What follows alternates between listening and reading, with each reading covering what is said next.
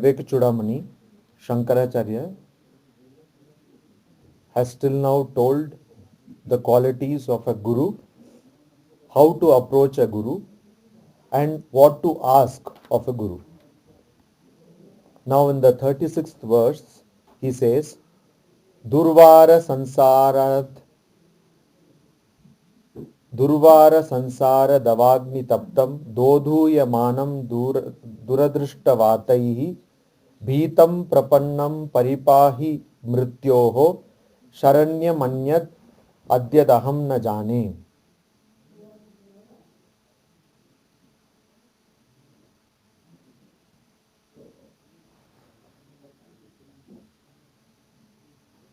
Durvara sansara davagni taptam.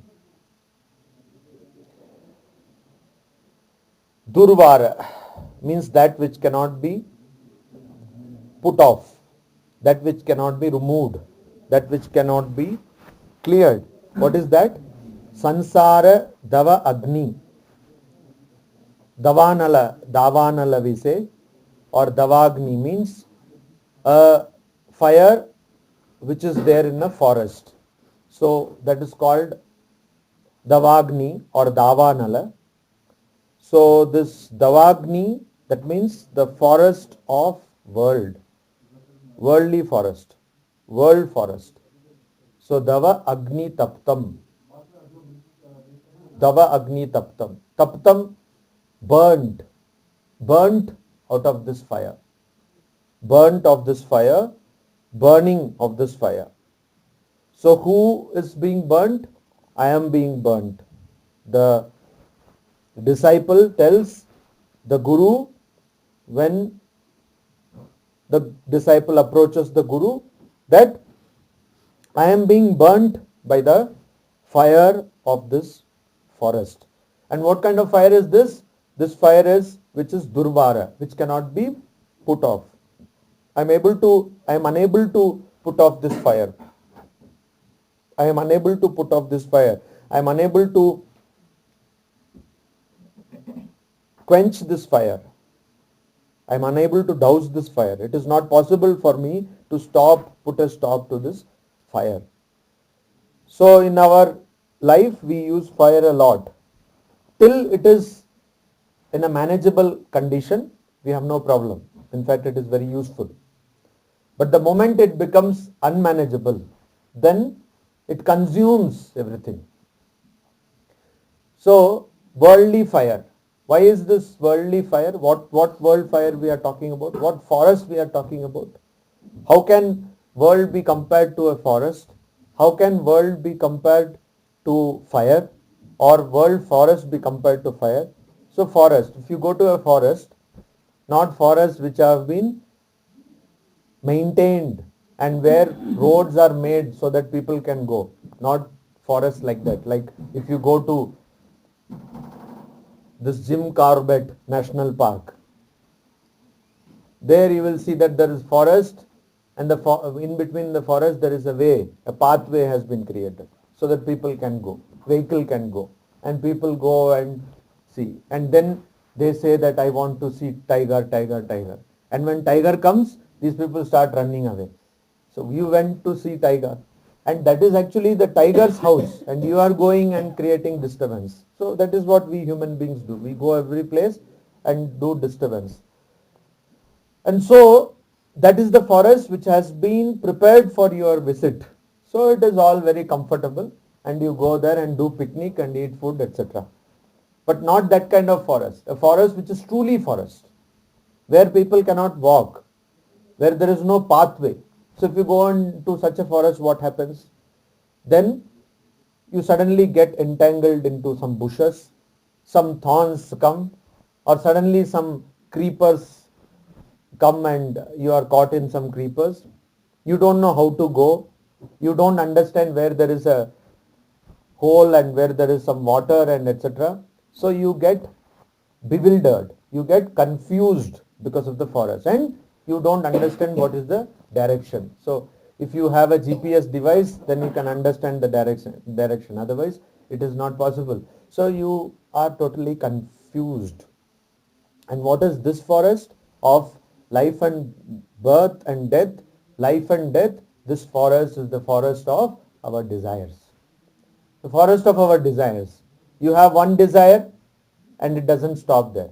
For that one desire, you have two more desires. For those two desires, there are four more desires. So that it increases not in arithmetic progression, not also in geometric progression, but exponentially it increases.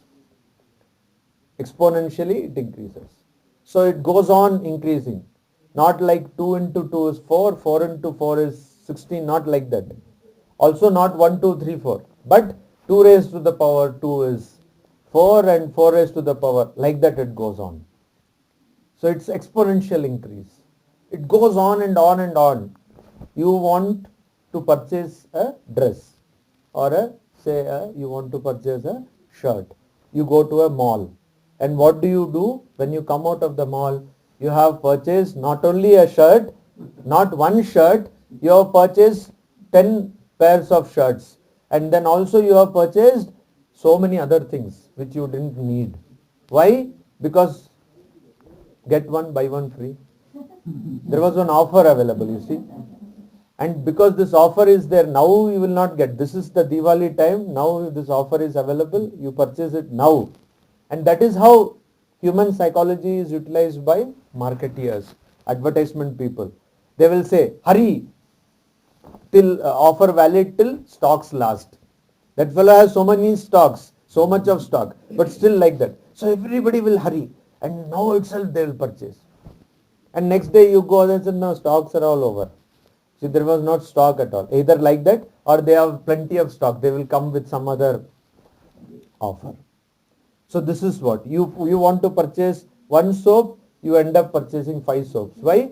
Because I want to keep it. But we don't use brain.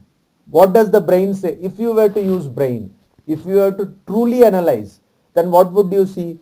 You would see that instead of purchasing one soap, which will probably last say 20 days or 30 days, depending upon how much you take bath.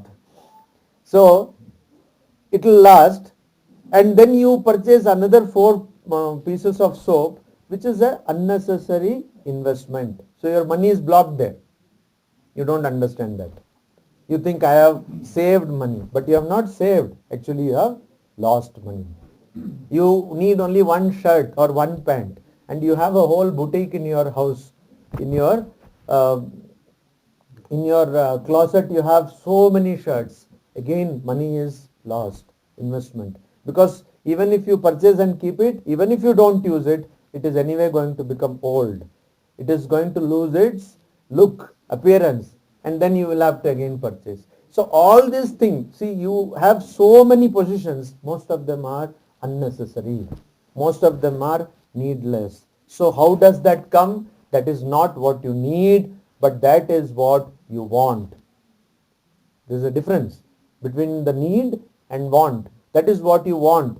And all your house, you go. Now you will go back from Mayavati. I request you to go to your houses and check. See everything and check whether you need it or you want it. You have this question, whether I need it and whether I want it. And the sansara, you see how we have created sansara. We say, Maharaj, amra to sansari. We say, you say that, Maharaj, we are all sansari. How did you create the sansara? Sansara is nothing but a manifestation of your desires. Nothing but manifestation of your desires. You have so many things. You go to any person's drawing room and there are so many dolls and this and kept. Why? So that it is very beautiful. How nice, how cute. So I have kept it here. You are cluttering the space. You don't need that. You just keep it there to show. And finally what happens? You have a drawing room, you have a display case which is full of things and nobody can see anything. A person comes and this thing is kept behind that, that is kept behind it, all crowded and nobody can see anything. So even the purpose of displaying something or enhancing the show of your drawing room is lost. Why? Because of cluttering. So your mind is what is manifested in the drawing room, in the bedroom, etc. So much of clutter in the mind, so much of confusion in the mind. That is what you see in your office table, in the people who cook, in the kitchen table. So everything is cluttered. Why? Because mind is cluttered. And so many things you need.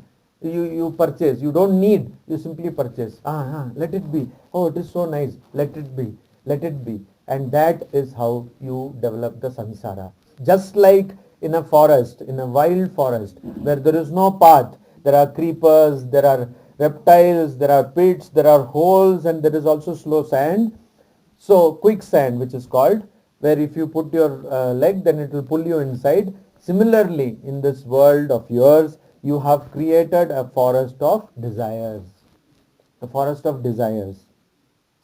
Now, why is it this compared to fire, forest fire, Davanala or Davagni? Why is it compared? Because if, imagine, you are in such a forest and you don't know how to come out, and there is a forest fire. How does forest fire take place? So there is an artificial method of forest fire, that is, somebody is smoking Ganesh Bidi and puts it there. It could be any other brand also, but after smoking, if they put it there, it will catch fire. That is one way of forest fire. But there is a natural way too. When it is too hot, because of friction of leaves or wood, etc., suddenly you catch forest fire. Forest catch fire. Now when that comes, what will you do? Where will you go? You don't know the path. You are caught in this forest of your own desires and you don't know how to come out. So what is forest fire? Suffering. Suffering is forest fire in this world, and you suffer. And you suffer, and then you don't know how to come out. Why? Because the suffering was created by you. So why do you suffer? Because you want suffering. That is the reason. So this may be very difficult to believe or accept, but you want suffering, that is why you suffer. Because of your want, you suffer. So you want, so you suffer.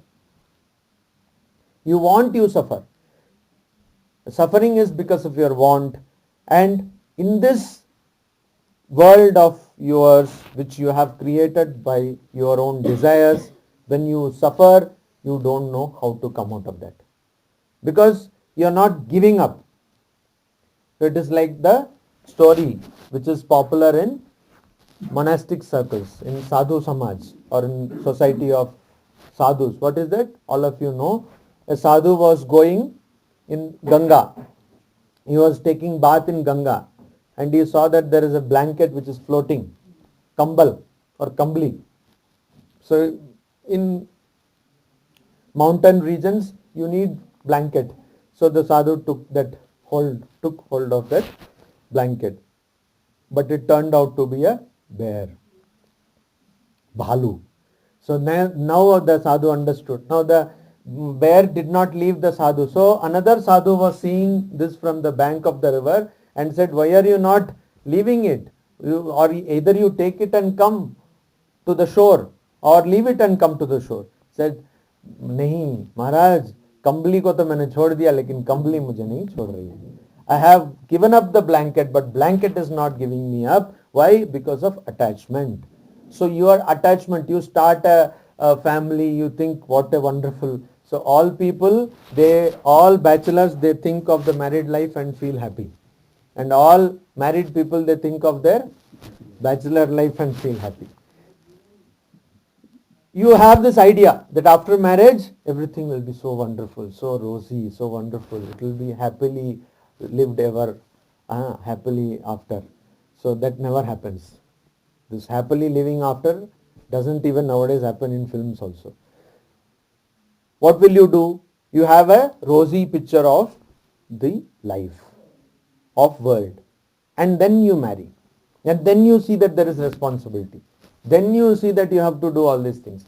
Then you see that it is not all only in rosy. It has got other thing also. It is not all rosy cozy, but there is other. There is so much of suffering is also there. Then everything breaks loose, and then you think, oh, what have I done, etc., etc. But now you cannot do anything. Now everything is already, confusion has been created. Or say you don't marry also, but you create some person, maybe that person thinks that let me do some service to the to society, to the world, and then create some kind of hospital or some school, etc. And then what happens? Then people come to work there. You have to appoint somebody, otherwise how will you get the work done?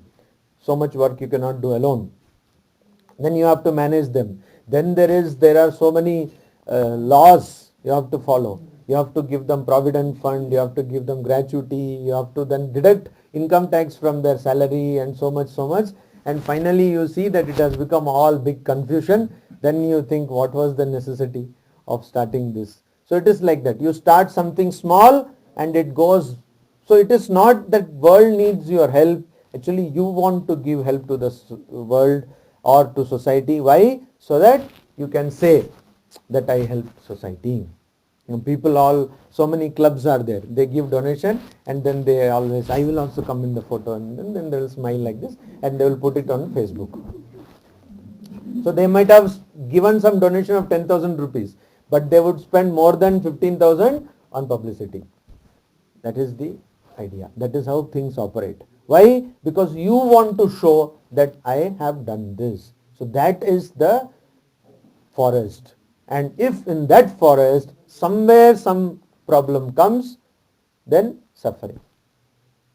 If somebody you ask, oh, what is your problem? Family is my problem.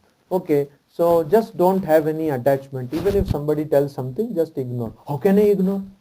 It is my wife who is telling. How can I ignore? You cannot ignore. Even forget about giving up, but you cannot also ignore. And then it's your own child. That child, son or daughter is telling, ignore or have love. How can I do? I have done so much for the child and now the child is scolding me. This is the kind of thinking. So you cannot give up, and because you cannot give up, you have to suffer. And doduyamanam duradrishtavataihi. Duradrishtavataihi. Of duradrishta, or there is something called adrishta. There is a word called adrishta in Sanskrit or in Mimamsa. That means you do something good and your merit is stored somewhere. I don't know where, but somewhere it is stored. So similarly, if you do something bad, so duradrishta. So something wrong you have done and that will be stored. That is called duradrishta. Duradrishtavatehi. Whatever you have done evil in your life, that will bring you suffering. If you do good, you will get good. If you do bad, you will get bad results. Vataihi. It is like winds. Winds which will shake you. Doduyamanam. You will be shaken violently. Just like when there is a storm, you see all the trees shaking. Yesterday there was an earthquake, so everything started shaking. So doduyamanam means you will be shaken violently by duradrishtavataihi, by the vataihi or the winds of duradrishta, your bad actions, your evil deeds. It will shake you. It will shake you. So first you have created this sansara. Sansara means anything which changes, anything which comes again and again. And because of this sansara of desires, you are there and you have created this sansara, and then again there is suffering in the form of forest fire, sansara, davagni, and taptam. You are being burnt in this forest fire, but you are not able to put it off. Why are you not able to put it off? Because you don't know what is real and what is unreal.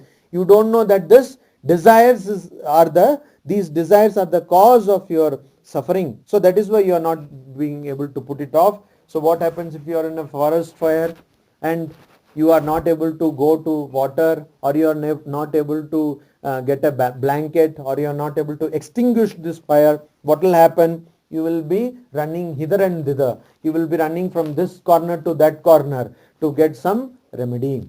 So most of the people who come to ashrama are suffering. No normal person will come to ashrama. Why are you looking at me? I am a normal person. Looking at me like. Now many people, first question they will ask, Maharaj, you seem to be educated, you seem to be intelligent, but why did you become a monk? That is the question. So आप तो थोड़ा पढ़े लिखे लग रहे हो, आप तो बुद्धिमान भी लग रहे हो, तो आप सन्यासी क्यों हो गए? So the idea is that a पढ़े लिखे बुद्धिमान person will never become a sannyasi. All people who come to ashrama, either they are mad or they are in suffering, etc. This is the general idea. I am not saying that everybody is mad and everybody is suffering, but general idea is when a person is suffering or mad, the person will come to an ashrama or go. Why? Because that person wants some kind of relief. So shaken, doduyamanam, totally shaken by what bad deeds one did. But then that person wants some relief. And then bhitam prapannam paripahi mrityoho. Bhitam prapannam. That person is afraid. So prapannam and wants to take refuge, seeks refuge. Bhitam, because that person is afraid. So when some parent is going with a child and there is suddenly one, maybe a fierce dog comes on the street, immediately the child will go on and hold to the parent's hand. So bhitam prapannam. As soon as you are afraid, you want to hold on to somebody whom you think will protect you. So bhitam prapannam pariprahim paripahim mrityoho. Because that person will paripahi, will protect you from mrityoho.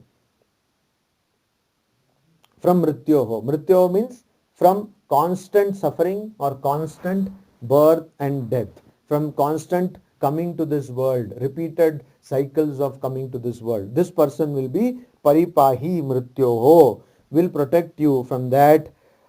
Sharanyam anyad aham na jane. I don't know. Aham na jane. Anyad aham na jane. I don't know of any other person to whom I can go. I don't know of any other person to whom I can go or with whom I can seek refuge or shelter. Sharanyam, anyat sharanyam, I don't know. Aham na jane. Why? Because I have found you after so much of search. So much of searching, finally I have found you. Now you have to protect me. You have to show me the way. When a doctor, you go to a doctor, you say that I went to this doctor, that doctor, and all these are the documents, these are the reports, and finally I have come to you. Somehow you have to protect me. Why that is being told? Because now money also is over. That is one reason. See, the more illness you get, doctor says don't worry. Means what? You will die and I will become rich. That is the idea. So don't worry. So similarly with lawyer, you don't worry, I am there. That means what? I am not going to worry. Anyway, you will worry, but I am not going to worry. The moment you go to an advocate, he may be having a two-wheeler, Hero Honda. And so after 5-6 sittings, he will get one, four-wheeler, Hyundai something he will get. And then after some sittings, he will get one Mercedes. And then there is building is also coming up. You don't need to worry. Because he is not telling it to you, he is telling it to himself. I don't need to worry, now I have got one bakra, one goat. So similarly, why do you say that no, you please do, because Sharanya Manyad Aham na jane, I don't know of any other person, because you already spent lot of time in searching. You have spent lot of money in searching. You have spent lot of effort in searching, and also when will this come? Not when you are simply listening to some lecture on Vivekachudamani, because the person who is telling us also has got nothing other to do, and you also now somehow you have to time pass, you have come here, so you are listening, not by that. But when you have this existential need, when you know that I am suffering, when you have this yearning, and then whomsoever comes in front of you, whom you think is capable of giving you protection or removing the suffering, you will ask that person.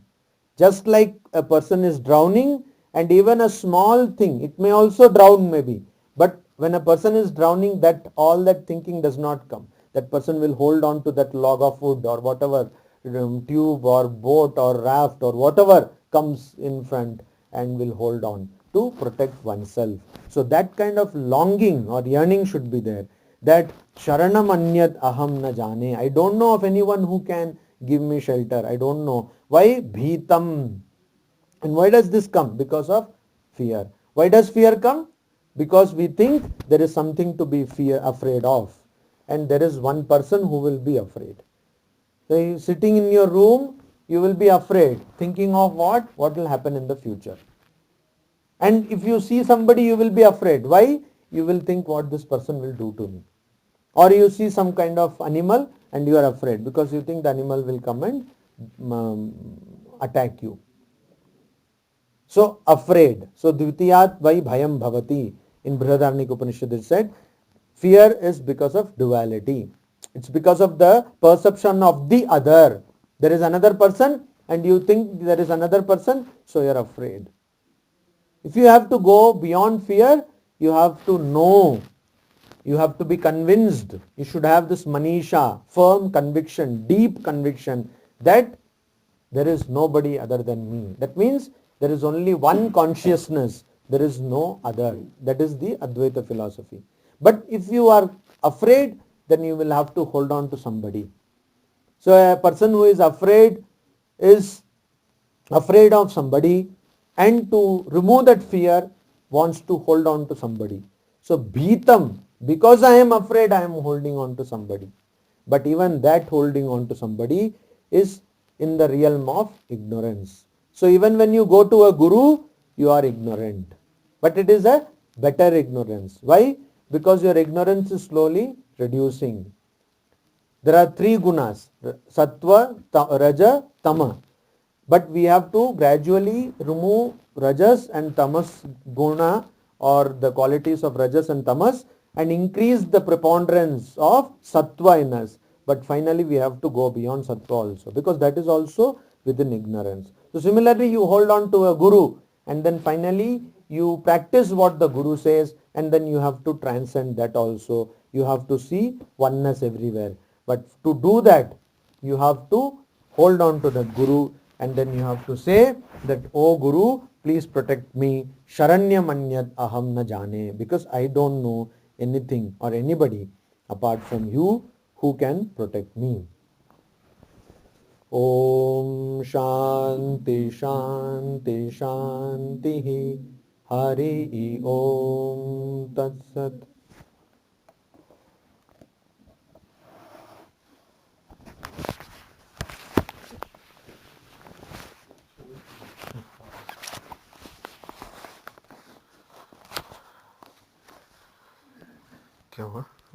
Ponds also are there.